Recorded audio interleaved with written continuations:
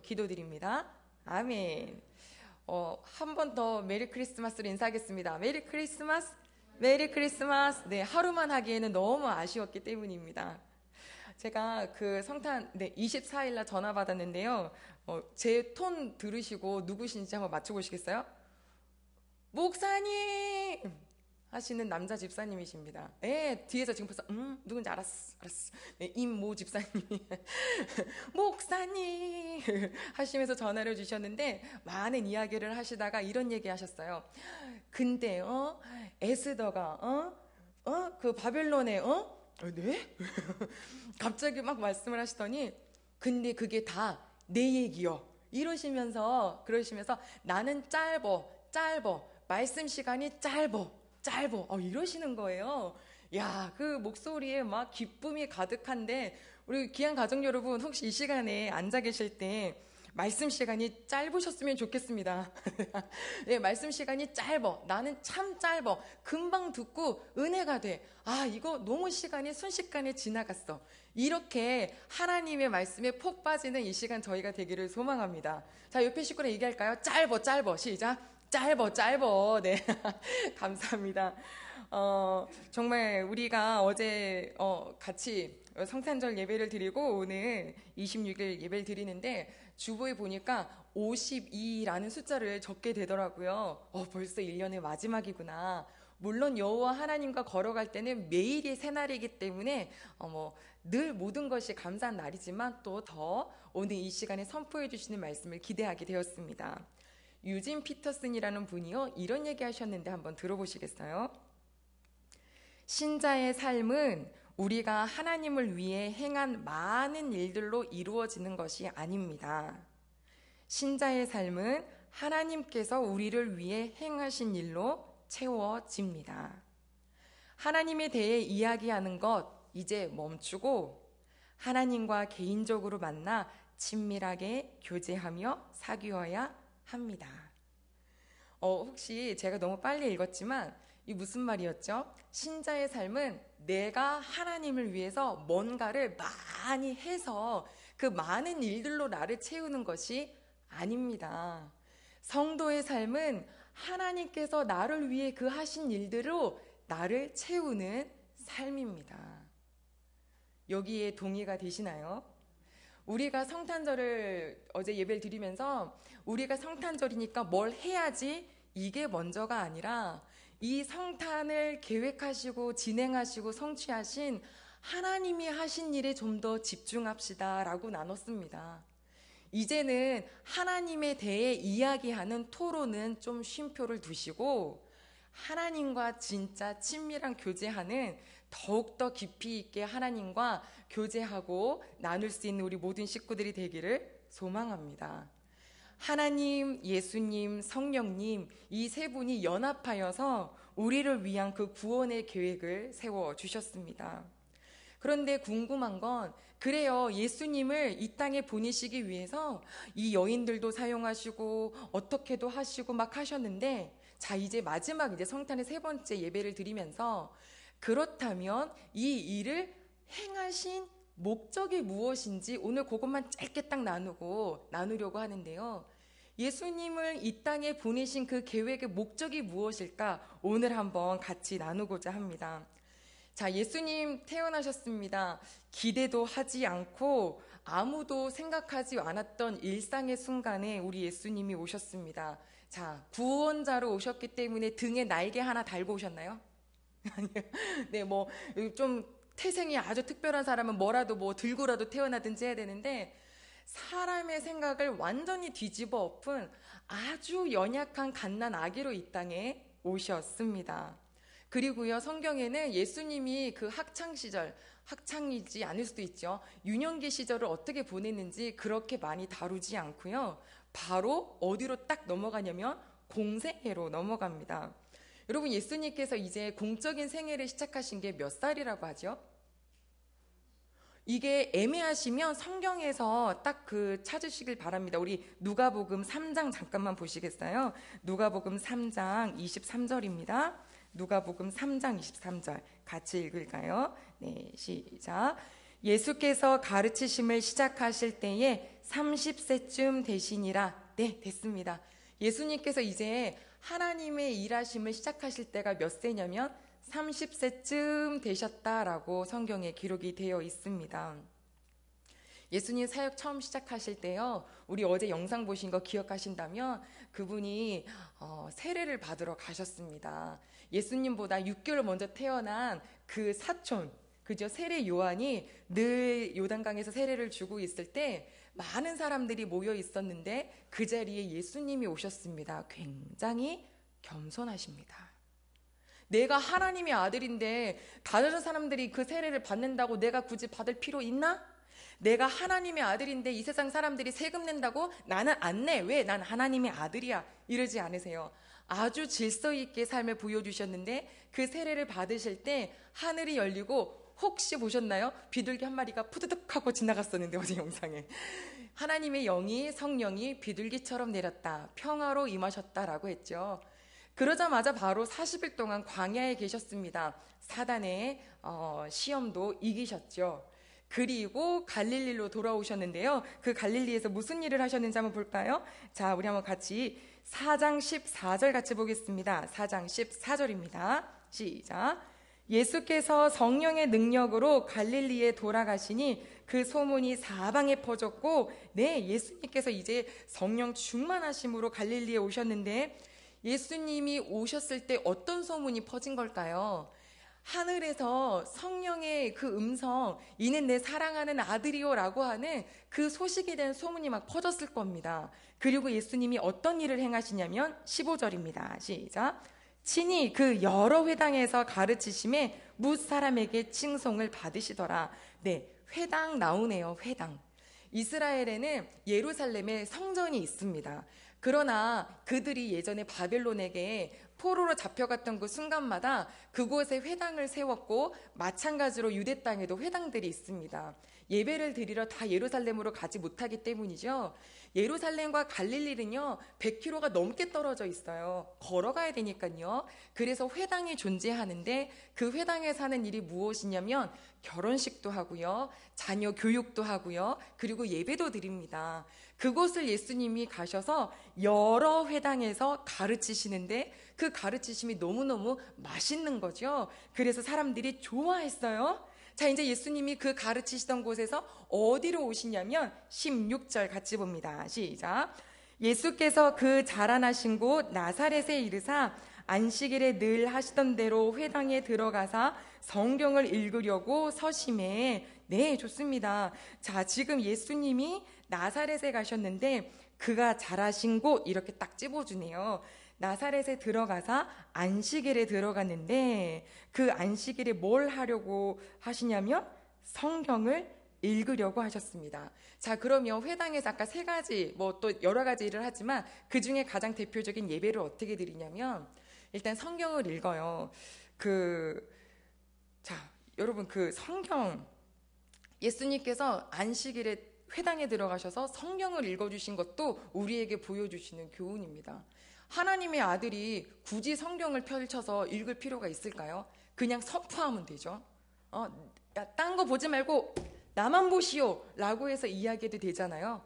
그런데 예수님은 정말 그 사역하신 그 사복음서를 보면 말씀을 가져다가 이 말씀을 이루어주고 있다고 굉장히 많이 말씀하셨어요. 그러니까 성경으로 시작해서 성경으로 끝난 게 우리 예수님이세요. 이게 우리가 배워야 될 거죠. 그 하나님에 대한 오해를 가진 사람들이 있어요. 우리가 하나님을 어디서 만나셨어요? 그러면은 누구한테 들었어요? 이래버리면 어떤 오류가 생기냐면 그 사람이 만난 하나님을 내가 듣게 되는 거잖아요. 그러면 사람은 다 완벽하지 않고 온전하지 않아요. 그리고 다 다르게 임하세요. 저를 만나주신 하나님이 기은정에게 이렇게 만나주셨으니까 수정아 너 분명히 이렇게 해야 돼 라고 저 친구에게 제가 강압할 수 없어요. 왜냐하면 수정에게 만나주신 하나님은 그 친구에게 가장 정확하게 만나주시기 때문이죠. 그래서 우리가 사람들의 이야기를 들으면 그 사람의 하나님을 만나기 때문에 때로는 그들이 오류를 범하더라도 우리도 똑같이 오류를 범하죠. 그래서 하나님 뭐라 그러시냐면 나를 직접 만나라. 그게 성경 주신 거죠. 그래서 말씀의 숲을 우리가 함께 보는 건 이렇게 손으로 주셨으니 내가 읽고 내가 만나겠습니다. 혹시 이런 오해 받아본 적 없으세요? 야, 내가 들을 때는 이런 사람인지 몰랐는데 만나보니까 다르네. 뭐 이런 얘기 있을 수 있어요. 그렇죠? 우리 하나님을 듣는 사람이 아니라 만나는 우리 대운교회 가족들 되시기를 소망합니다. 자, 우리는 지금 이렇게 책을 예쁘게 가지고 있는데요. 그 시대에 회당에 있을 때는 성경책이 없어요. 뭐로 만들까요? 갈대이 막 엮여서 만든, 그죠? 두루마리잖아요. 그래서 성경 읽을 때 세 사람이 필요하다고 합니다. 일단 가운데 서는 사람이 이 성경을 읽는 사람.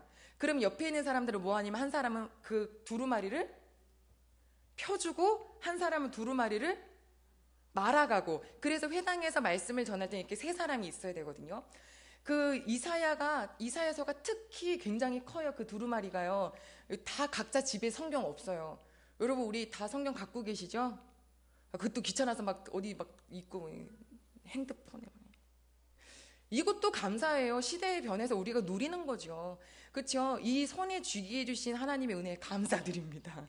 우리 예수님이 그래서 딱 서셨는데 어떤 두루마리를 받으셨냐면 그게 17절이에요. 같이 볼까요? 시작. 죄송합니다. 시작. 선지자 이사야의 글을 들이거늘 책을 펴서 이렇게 기록된 데를 찾으시니. 자, 예수님께서 선지자 이사야의 글을 받았는데 이게 예수님이 나 이사야의 글을 다오라고 하셨는지 아니면 그들이 줬는지 알 수 없지만 아무래도 예수님께서 달라고 하신 것 같아요. 왜냐면 이렇게 기록된 데를 찾으셨대요. 어디를 찾으셨냐면 그게 바로 18절 19절인데요. 같이 읽겠습니다. 시작. 주의 성령이 내게 임하셨으니 이는 가난한 자에게 복음을 전하게 하시려고 내게 기름을 부으시고 나를 보내사 포로된 자에게 자유를, 눈먼 자에게 다시 보게 함을 전파하며 눌린 자를 자유롭게 하고 주의 은혜의 해를 전파하게 하려 하심이라 하였더라. 아멘. 이사야 두루마리 받았다 그랬죠? 이사야 61장 1절과 2절 말씀입니다. 뭐라 하셨냐면 주의 성령이 내게 임했으니 그 임한 이유는 가난한 자에게 복음을 전하게 하려 하시고. 가난하십니까? 성경에 나오는 가난함은요, 물질을 얼마나 많이 갖고 있냐 못 갖고 있냐의 기준이 아니죠. 어떤 자인가요? 우리 팔복에 보면 심령이 가난한 자, 아멘.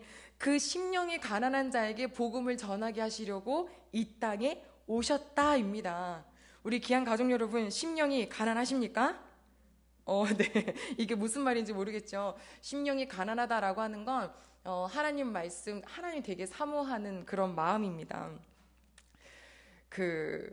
예수님이 오신 이유를 보면 지금 주의 성령이 내게 임하셨으니 라고 먼저 했는데요. 성령이 임하다. 그리고 좀 더 읽어볼까요? 내게 기름을 부으시고, 여기서부터요. 시작. 내게 기름을 부으시고 나를 보내사 포로된 자에게 자유를, 눈먼 자에게 다시 보게 함을 전파하며 눌린 자를 자유롭게 하고. 아멘. 자, 기름을 부으셨다라고 했죠. 이 기름 부은 것은 왕에게 그리고 선지자에게, 제사장에게 기름을 붓는데 우리 메시아이시기 때문에 내가 기름 부음을 받았다. 그리고 사람이 할 수 없는 일을 행하려 왔는데 그게 바로 복음을 전하려 하심이죠. 저는 기도할 때 다 하나님께 기도하면 하나님이 내 뜻대로 해줄 줄 알았어요. 그런데 이렇게 누군가 말씀하시더라고요. 집을 짓고 싶으면 박람회 가세요. 박람회 발로 뛰어서 가면 어떻게 짓는지 알려줘요. 좋은 설계자 만나서 공부하면 다 할 수 있어요. 우리가 구할 것은 내가 어떻게 해서 할 수 있는 것을 구하는 게 아니라 우리의 힘으로 전혀 할 수 없는 내 영혼과 내 믿음을 위하여서 구하는 것입니다 라고 말씀하셨습니다.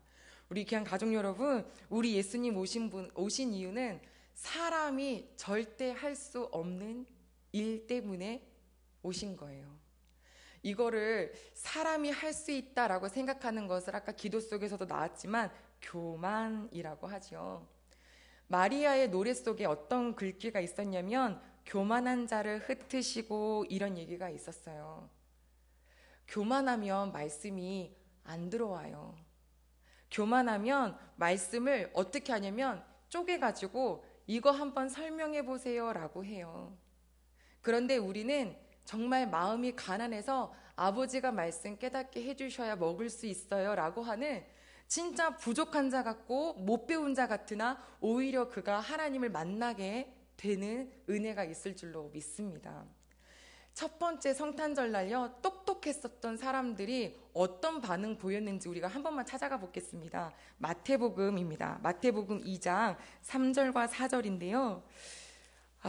그 시대에 정말 똑똑한 사람들, 예수님의 탄생을 놓고 어떻게 보였는지 우리 마태복음 2장 3절과 4절입니다.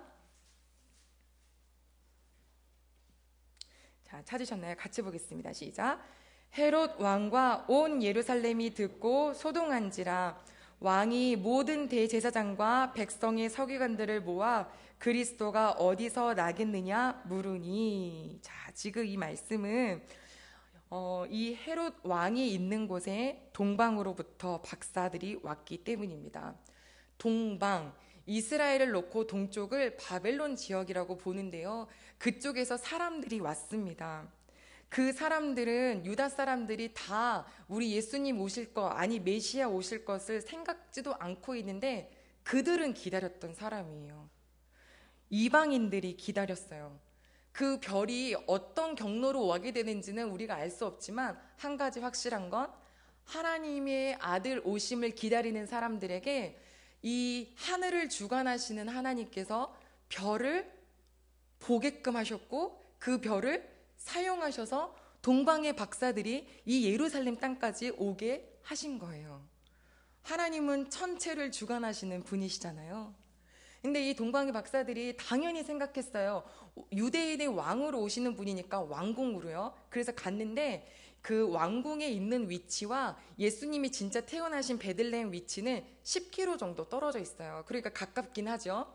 왕궁에 들어갔는데 그 왕에게 유대인의 왕으로 나시니가 어디 있습니까? 우리가 그가 나심을 알고 경배하러 왔습니다. 라고 할 때 헤롯과 예루살렘 땅이 뒤집어졌다 그랬어요. 이게 무슨 일이냐? 라고 하며 깜짝 놀래서 헤롯이 누구를 불렀냐면 이 구약 성경을 잘 아는 서기관들과 그리고 늘 예배를 드리며 메시아를 기다리고 있어야 할 대제사장을 부른 거예요. 자, 그럼 이 둘은 다 똑똑한 사람들이죠. 굉장히 똑똑해요. 말씀도 많이 알아요. 근데 그들에게 물어봤어요. 헤롯 왕이. 우리가 아까 읽었던 4절에 한번 4절 다시 한번 보시겠습니까? 시작. 왕이 모든 대제사장과 백성의 서기관들을 모아 그리스도가 어디서 나겠느냐 물으니, 여러분 그리스도가 구주이고요. 이 구주가 히브리어로 메시아예요. 구주가 어디서 나겠느냐라는 말을 헤롯이 물을 때 그 얘기를 듣는 서기관과 이 제사장들은 마음이 막 뛰어야 되지 않나요? 도대체 이 질문이 왜 온 겁니까? 무슨 일입니까? 그래야 될 텐데 그들이 대답을 하죠. 5절과 6절 제가 읽어드릴게요. 그들이 대답하는 거예요. 이르되 유대 베들레헴이오니 이는 선지자로 이렇게 기록된 바 또 유대 땅 베들레헴아 너는 유대 고을 중에서 가장 작지 아니하도다. 내게서 한 다스리는 자가 나와서 내 백성 이스라엘의 목자가 되리라 하였음이니이다. 이거 우리 지지난주에 읽었는데 기억나세요? 미가서, 그죠? 미가 5장 2절이잖아요. 이 말씀에 이렇게 기록되어 있어서 베들레헴으로 추정합니다 라고 답변을 기가 막히게 해주는데요. 그리고 끝. 안 나와요. 이 사람들 어디 갔는지 모르겠어요. 여러분 지금 이런 소식 들었으면 우리 식구들이면 어떻게 하실래요? 내가 지금까지 오랫동안, 되게 낯선 찬양이셨죠? 그거 오랫동안 기다렸는데 그 소식이 누군가에게 들려졌어요. 그러면은 나는 어떻게 하겠어요? 내가 먼저 베들레헴으로 한번 달려가 보지 않겠어요? 무슨 일이 일어났을까? 정말 하나님께서 보내신 걸까? 이런 반응을 보여야 될 텐데 이 똑똑한 사람들이 그 성경에 대한 질문에 답만 던져주고 그냥 일상으로 돌아가는 거예요. 무심이에요. 마음이 없어요. 예수님께서 사역을 시작하실 때 세 그룹이 있었죠. 첫 번째, 예수님이 너무 좋아서 함께하는 사람들. 두 번째, 예수님을 아주 따라다니면서 핍박하는 사람들. 세 번째는요, 무관심. 관심 없어요. 오시든 말든 메시아가 있든 말든 이게 상관이 없는 사람들이 있어요. 그런데 교만하면 하나님이 보이지 않아서 이분이 이렇게 오셨다고 해도 들리지 않는 사람들이 될 수 있으니 우리 대흥교회 모든 가족 여러분, 심령이 가난한 우리가 되기를 소망합니다. 정말 주님 오시는 날까지 심령이 가난하길 소망합니다. 어제 예배 드려서 나는 은혜 충만해서 오늘은 예배 안 드려도 돼, 이런 단단한 마음이 아니라 매일같이 아버지 없으면 안 돼요 라고 하며 두 손 들어 기도할 수 있는 저희가 되기를 소망합니다. 그러니까 예수님께서 누구에게 오셨어요? 진짜 보잘것 없어 보이는 여인들에게, 그리고 그 기쁨의 소식을 이방인에게 전해주시고 목자들에게 전해주신 걸 보면 낮은 것이 은혜입니다. 자, 우리 그러면 다시 본문으로 돌아와서 누가복음이죠. 누가복음 4장. 자, 제가 읽어드릴게요. 주의 성령이 내게 임하셨으니 가난한 자에게 복음을 전하게 하시고 내게 기름을 부으셔서 포로된 자에게 자유를, 눈먼 자에게 다시 보게 함을. 우리 하나님을 만났더니 이 자유가 우리 대흥교회 식구들에게 다 있기를, 아니요, 이미 누리고 계실 줄로 믿습니다. 혹시 아직 못 누리고 계시다면 내가 분명히 진리가 너희를 자유케 한다고 했는데 나는 왜 이렇게 매일 두렵지? 왜 이렇게 하나님 앞에서 뭔가 자유함이 없지? 라고 한다면 이 말씀을 놓고 기도하시기 바랍니다. 하나님, 자유케 하시는 하나님이신데 저는 왜 눌려있죠? 저는 왜 마음이 늘 두렵죠? 왜 뭔가를 못하면 그것 때문에 가슴이 벌벌벌 떨리죠?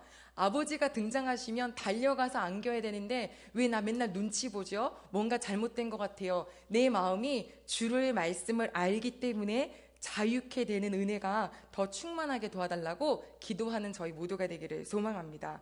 그러면서 19절에 주의 은혜의 해를 전파하게 하려 하심이라 라고 했습니다. 한번 따라해 볼까요? 주의 은혜의 해.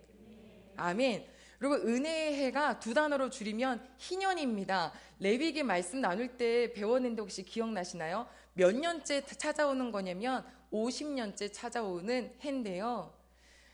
이스라엘은 하나님께서 이렇게 훈련시켜 주셨어요. 아침에 눈 뜨면 장막문 열어서 만나 거두어 드려라. 며칠분만? 하루분만. 이틀치 거두면 썩을 거니까 거두지 마. 내일 또 줄 거야. 하지만 못 믿어서 또 조금씩 거두는 사람 있죠. 그거 썩어서 냄새 났습니다. 6일 동안 주시고요. 그 7일째 되는 날을 앞둔 6일째는 며칠치를 더 주셨냐면 이틀치 구해도 된다. 내일은 안식일이니 나와 함께 쉬자. 이렇게 하셨어요. 그리고 정말 이틀치를 거둬들였더니 안 썩어요. 그래서 그거를 가지고 안식일날 먹죠. 6일, 7일째. 자, 이거를 연도도 똑같이 했는데 6년 동안은 열심히 일하고 7년째에 안식년이라는 것을 주셔서 땅도 쉬기도 해주셨고, 그쵸? 그 해를 우리가 봤어요. 안식년. 이 안식년이 7번 돌아오면 7, 7에 49죠. 플러스 1을 하면 그게 희년입니다. 그 희년은 뭐냐면요, 내가 우리 집이 너무 가난해서 내 딸을 종으로 팔았어요. 근데 그 해가 되면 아무런 상관없이 그 종이 다시 집으로 돌아오게 돼요. 내가 내 땅을 빚 때문에 팔았어요. 그런데 그 해가 되면 모든 사람에게 원래 가지고 있었던 것들이 그대로 돌아가는 거예요. 어제 신문에 봤더니 뭐 조금씩 저축을 하고 저축했더니 무슨세, 폭탄 막 이런 거 나오더라고요. 세금 얘기 나오면 참 마음이 그냥 쿵쿵 하실 것 같아요. 갖고 있는 거라도 참 어려운데 이거에서 또 떼고 더 크게 뗀다 그러고 하는 어려움이 있잖아요. 그런데 하나님은 뭐라 그러시냐면 그때에는 다 리셋을 시킨다고 하셨죠. 다 깨끗하게 원위치로 그 은혜의 해가 이루어지려 전파하려 하심이라라고 하는 이 이사야 말씀에 그거를 딱 읽고 예수님이 자리에 앉으시니까 사람들이 예수님을 쳐다봤어요. 그때 예수님이 하신 말씀입니다. 우리 21절 같이 볼까요? 21절입니다. 시작. 이에 예수께서 그들에게 말씀하시되 이 글이 오늘 너희 귀에 응하였느니라. 아멘. 이 글이 지금 너희에게 응하였다. 뭐요? 은혜의 해요? 희년이요? 올해 희년 아니에요, 예수님. 아유, 선생님, 올해가 희년이 아니에요. 그게 아니라 이 땅에 대한, 이 육체에 대한 희년이 아니라 우리 앞으로 태어날 모든 사람들의 영혼에 대한 그 은혜의 해가 이 예수님으로부터 선포가 됐다라는 겁니다. 이제부터 예수님을 만나는 모든 사람들은 여호와 하나님 아버지 앞에 기도하면 죄가 리셋되는 거예요. 아멘이십니까? 아멘입니다.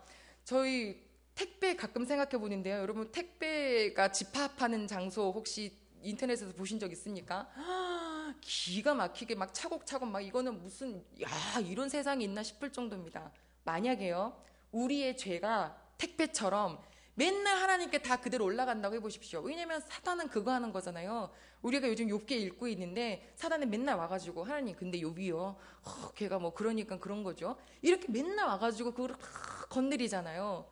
하나님 아버지 앞에 사단이 멸하게 하려고 계속 우리 죄를 갖다가 던져놓는다고 생각해 보십시오.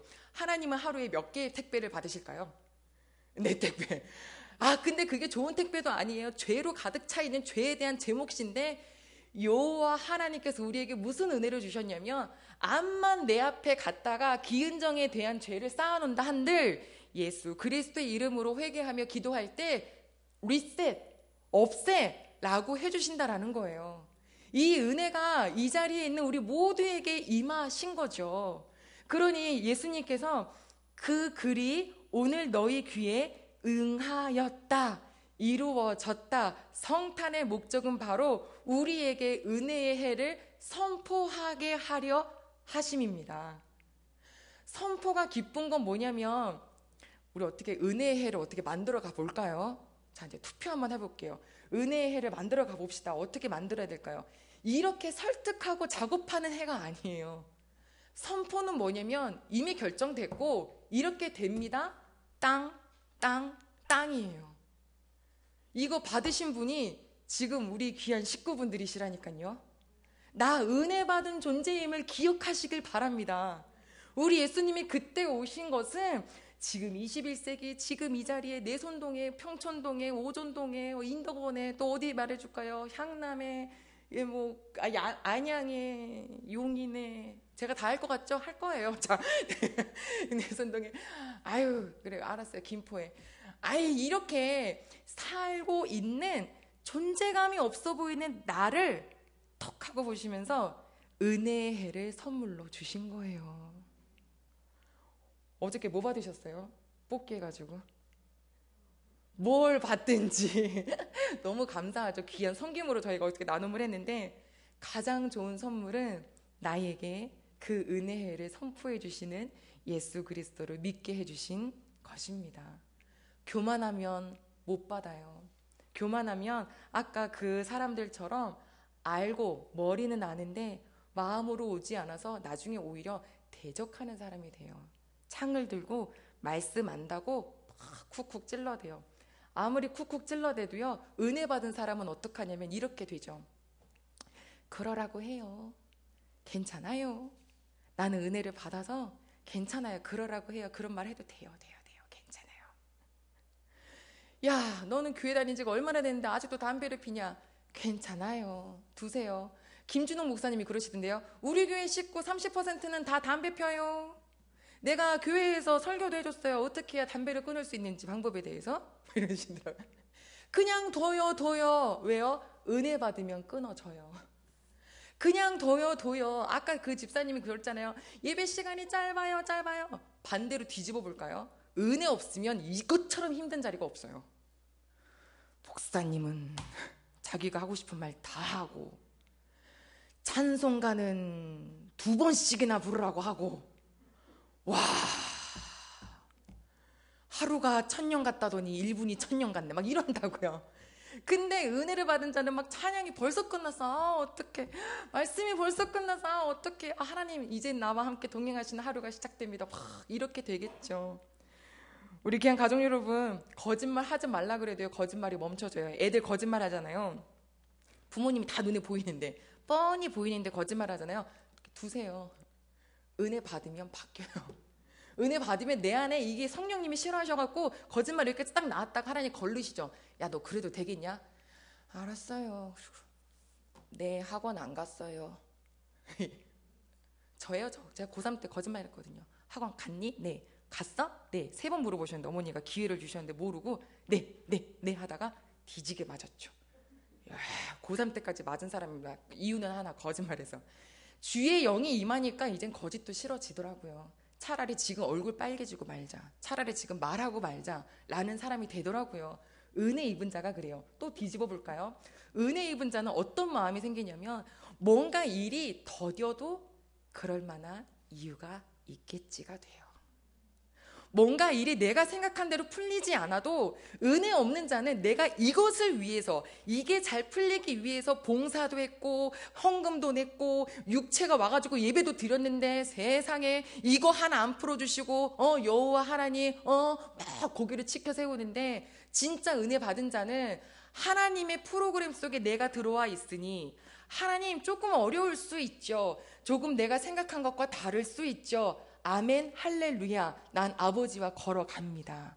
이 고백이 나올 수 있는 게 바로 은혜의 선포를 내 마음속에 받은 분들이시겠죠. 코로나19 때문에 어렵습니다. 얼마나 더 갈지 모르겠어요. 그런데 이때 오히려 누군가는 지금까지 내가 그냥 막 습관적으로 혹은 조금 강하게 표현해서 외식하는 마음으로 교회 생활했던 사람들이 다시 자기 마음을 재정비하는 시간이 되더라고요. 하나님 오죽하시면 리셋 시키시려고, 그죠? 자연도 리셋 시켜주시고 교회도 한번 이렇게 흔들어서 털어주시고, 우리 아버지의 다 계획 속에 있는 거잖아요. 인도네시아, 인도 인구수도 워낙 많지만요, 그 나라가 9.11 테러 난 다음에 굉장히 핍박을 많이 받았어요. 이슬람이 아주 많은 나라니까요. 그런데 또 바깥으로는 이슬람에게 대한 탄압을 굉장히 많이 받았지만 내적으로는 그 이슬람 사람들이 교회에 대한 탄압도 심했어요. 그래서 그나마 몇 개 세워졌던 교회들이 다 문을 막 닫기 시작했죠. 그런데 놀라운 건 그때부터 다시 붐이 일어나기 시작했대요. 가정에서 몰래 드리는 예배 속에서 붐이 일어났고, 예배 드렸던 그 사람들이 옛날에 그냥 예배만 드렸던 사람인데 이제는 고개를 들어서 주변의 사람들도 바라볼 수 있는 그런 은혜가 영향력이 끼쳐지니까 기하급수적으로 늘어나서요, 인도네시아는 지금 우리나라 인구수보다 더 많은 사람들이 그리스도를 믿고 있어요. 어려운 게 다 나쁜 거는 아니라는 거죠. 사랑이 없으면 뭐 하죠? 우리 어르신들은 아직도 조금 당혹스럽긴 하시죠. 자, n분의 1. 자, 오늘 밥 먹은 거 32,000원. 우리 지금 4명. 자, 나누자. 그 어른도 되게 놀라시잖아요. 그죠? 사랑이 없으면 뭐가 많냐면 기부, 내가 줬으니 뭐 해라? take, 내가 가져가겠다 라고 하지만, 하나님의 은혜를 막 알게 되면 그 다음부터는 그냥 기부. 내가 드려봤자 뭘 드리겠어요. 찬양 드리고 말씀 드리고 그 믿음 드리고 하나님께 내 눈망울 드리고 내 시선을 드리고 드려도 괜찮고, 드리는 상황 속에 어려운 일이 당해도 힘든 일을 당해도 주여, 마음은 복잡스럽지만 그래도 이 믿음 하나는 지킵니다. 왜요? 난 이미 은혜를 받은 자이니까요. 우리 그냥 가족 여러분께 이 은혜의 해를 선포하신 예수 그리스도의 은혜의 선포가 지금 이 자리에 다시 마음속에 새겨지기를 소망합니다. 가난하십니까? 하나님께서 부욕해 하신다 하셨습니다. 눈먼 자 눈 뜨게 하신다고 하셨어요. 이 말씀처럼 눌려있는 자 자유를 주신다고 하셨습니다. 2022년도 우리의 목표가 즐거운 예배자인데요. 그 즐거움은 하나님께서 주셔야 하는 거더라고요. 무슨 장치가 많아져서 어떤 우리가 프로그램들이 더 다양해져서 생기는 게 아니라 하나님께서 그들로 즐거워하게 하시더라예요.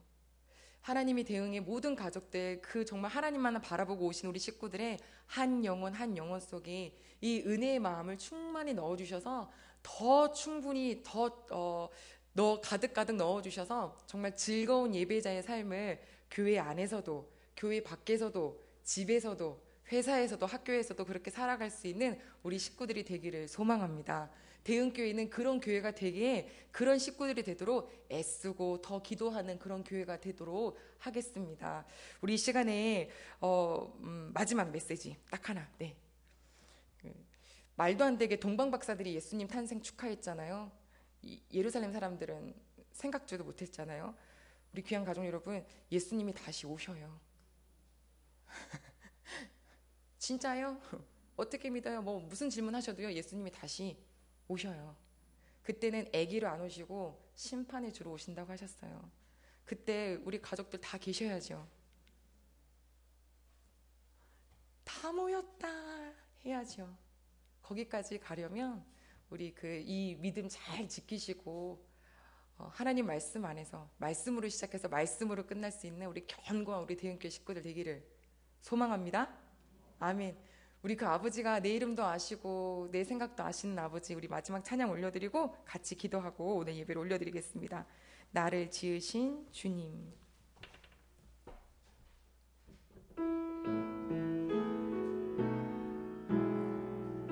네, 가사는 앞에 띄워드립니다. 나를 지으신 주님, 내 안에 계셔. 처음부터 내 삶은 처음부터 내 삶은 그의 손에 있었죠. 내 이름 아시죠? 내 모든 생각도 내 이름 아시죠. 내 모든 생각을 아셔요. 내 모든 생각도 내 흐르는 눈물 그가 닦아주셨죠. 그는 내 아버지, 난 그의 소유. 그는 내 아버지, 난 그의 소유. 내가 어디를 가든지 날 떠나지 않으시는 분이십니다. 내가 어딜 가는지 날 떠나지 않죠. 내 이름 아시죠? 내 이름 아시죠. 내 모든 생각 아바라 부를 때 아바라 부를 때 그가 들으시죠. 우리 시간 기도하겠습니다. 우리의 힘으로 도저히 갈 수 없고 만날 수 없는 하나님 아버지 앞에 예수 그리스도에 보내주셔서 죄로 묶여있던 우리들에게 자유함을 주셨습니다. 아무리 사단은 우리의 죄값을 놓고 죄 이름을 몫을 놓고 확 던져댈지 모르지만 여호와 하나님 리셋 은혜의 해 선포해 주셨습니다. 그 은혜에 감사드리며 이 시간에 우리 아버지 앞에 다 같이 기도하겠습니다. 하나님 아버지, 너무나 감사합니다. 하나님, 이 땅에 예수님 오신 이유 하나여 아버지여 이 은혜의 해를 선포하게 하려 하심이라. 하나님 저도 늘 언젠가는 뭔가 해야 할 것 같고 내가 아버지를 위해서 뭔가 많은 걸 해야 아버지 이 날이 채워지는 줄 알았지만 아버지께서는 알고 계시죠. 아버지께서 우리에게 말씀하시죠. 내가 너희를 위해 한 것을 알아라. 그리고 그것을 믿고 그것에 대해서 기뻐하고 경배해라. 하나님 아버지, 우리 늘 부족해서요. 어떨 때는 조금 안다고 교만해져서요. 어떨 때는 아버지 정말 하나님 정말 몰라서요. 아버지 앞에 정말 바르게 나아가지 못하고 오히려 하나님 족쇄처럼 오히려 하나님 묶여있고 하나님 아버지요 정말 그런 삶을 살고 있을지 모르겠지만 이제 저희 말씀 주셨어요. 은혜의 해를 선포케 하신다 하셨습니다. 하나님 그 해를 이미 선포하셨고 그 속에 있는 우리 귀한 모든 식구들이 자유함 얻을 수 있도록 주님 도와주시옵소서. 주 하나님 아버지여 감사합니다. 우리 다시 기도하겠습니다. 아버지, 내 이름 아시고 내 생각 아시고 나의 가정을 아시고 나의 모든 걸 아시는 하나님, 그 좋으신 아버지 하나님과 더 사랑하고 싶고 그 좋으신 하나님과 더 즐거운 예배, 삶의 예배, 나 개인의 예배 드리고 싶습니다. 주님, 이 시간에 가정의 식구들과 또 나의 가정 영혼을 놓고 우리 대흥교회 모든 식구들이 더 그런 즐거운 예배자가 우리 하나님 아버지 앞에 그런 식구들 되게 도와달라고 마지막으로 같이 기도하겠습니다.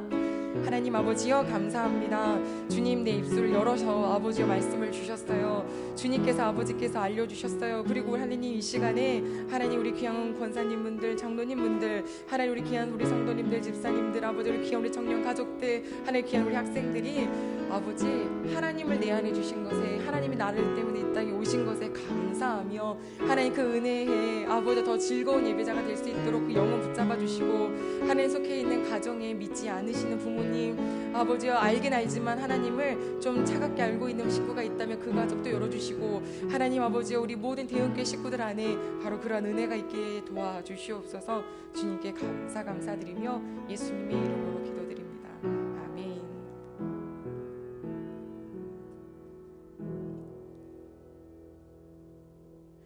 하나님,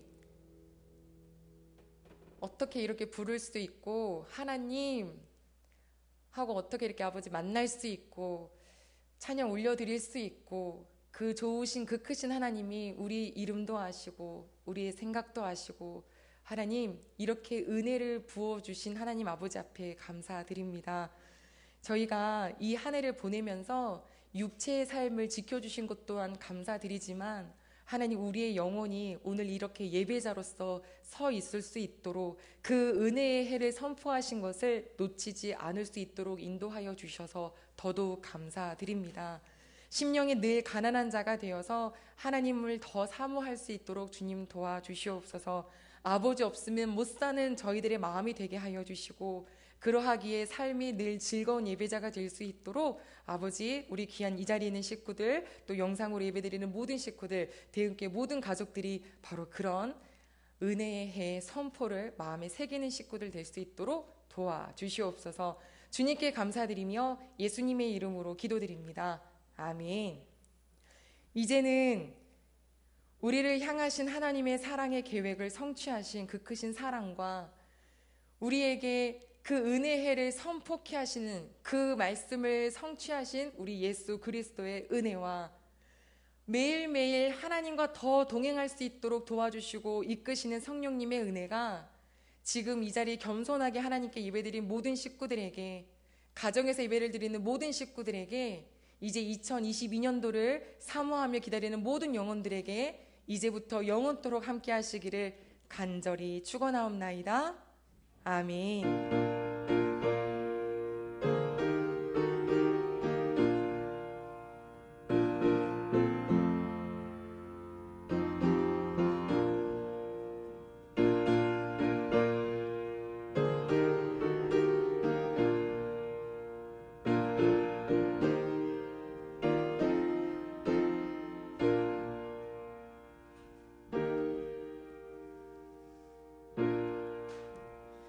자, 우리 하나님